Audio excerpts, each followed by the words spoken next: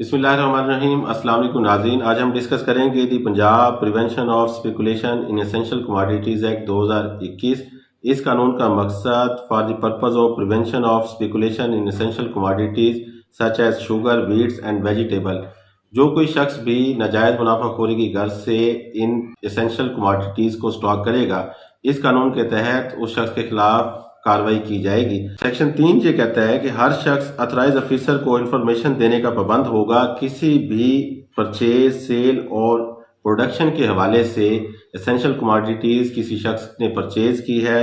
Cell کی ہے یا پروڈیوس کی ہے، اس حوالے سے کوئی بھی شخص اتھرائز آفیسر کو انفارمیشن دے سکتا ہے۔ اور جب کبھی ایسی انفارمیشن اسٹاک کی بابت کوئی بھی شخص اتھرائز آفیسر کو دے گا تو اتھرائز آفیسر جو ہے اس اسٹاک کے مالک کو، ایجنٹ کو اور گودام کیپر کو حکم جاری کرے گا کہ وہ ایسینشل کموڈیٹیز کی بابت اسٹاک ڈکلیئر کرے اور اس کی مقدار، اس کی ویلیو، تاریخ پرچیز جو ہے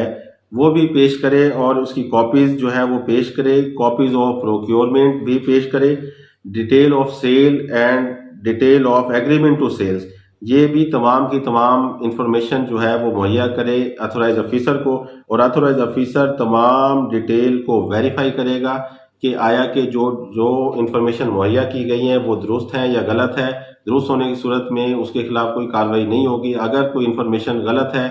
یا اس حوالے سے کوئی بھی معاملہ کنسیل رکھا گیا ہے تو پھر اتھرائز آفیسر اس کے خلاف مزید کارروائی کر سکتا ہے۔ اس کے ساتھ ساتھ مزید ہم یہ دیکھتے ہیں کہ اتھرائز آفیسر جو ہے تمام ڈیٹیلز چیک کرے گا اور کہاں سے اور کس سے ایسینشل کموڈیٹیز خریدی گئیں، ان تمام کی ڈیٹیلز کو ویریفائی کرے گا۔ اگر کوئی شخص ایسینشل کموڈیٹیز کے حوالے سے فالس انفارمیشن جو کہ اسٹاک کی بابت اتھرائز آفیسر کو مہیا کرے گا، اگر وہ رانگ ہوئی، غلط ہوئی، تو پھر اتھرائز آفیسر اس کے خلاف کارروائی کرے گا اور ایسے شخص کو 6 ماہ تک سزا اور 1 لاکھ روپے تک جرمانہ ہو سکتا ہے۔ اس قانون کے تحت اتھرائز آفیسر کسی بھی جگہ کو انسپیکٹ کر سکتا ہے، سرچ کر سکتا ہے اور وہاں سے برآمد ہونے والی اشیاء کو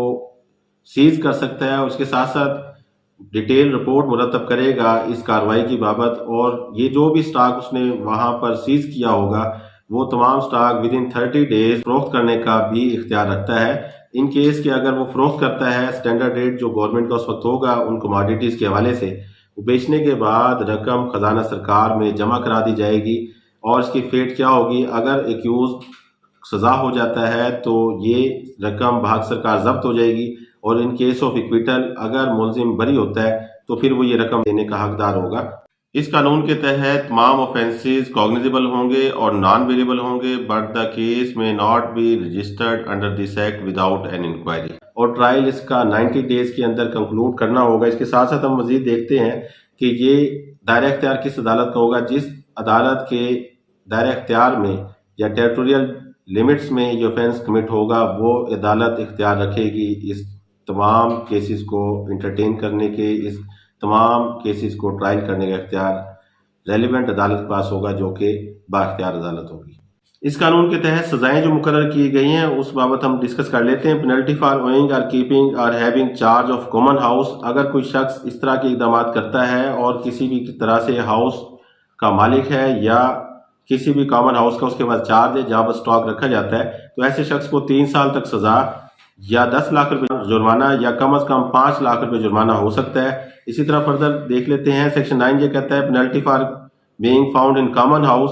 ایسی صورتحال میں 1 سال تک سزا اور 5 لاکھ جرمانہ اور کم از کم 6 ماہ سزا اور 1 لاکھ روپے جرمانہ ہو سکتا ہے۔ Section 10 penalty for offences of speculation، any person found involved in the business of speculation of essential commodities، اگر کوئی شخص اس کا ارتکاب کرتا ہے تو پھر ایسے شخص کو 3 سال تک سزا ہو سکتی ہے، اور جو آرٹیکل ریکور ہوں گے اس کی ویلیو کا 50% جرمانہ ہو سکتا ہے اور کم از کم 5 لاکھ روپے جرمانہ ہو سکتا ہے۔ اسی طرح سیکشن 11 یہ کہتا ہے ابیٹنگ اور ایڈنگ، اگر کوئی شخص اس ایسے جرم کی اعانت کرتا ہے تو ایسے شخص کو 1 سال تک سزا اور کم از کم 6 ماہ تک سزا ہو سکتی ہے، اور زیادہ سے زیادہ 5 لاکھ جرمانہ اور کم از کم 1 لاکھ روپے جرمانے کا سامنا بھی کرنا پڑ سکتا ہے۔ اب تک کے لیے اتنا ہی، اللہ نگہبان۔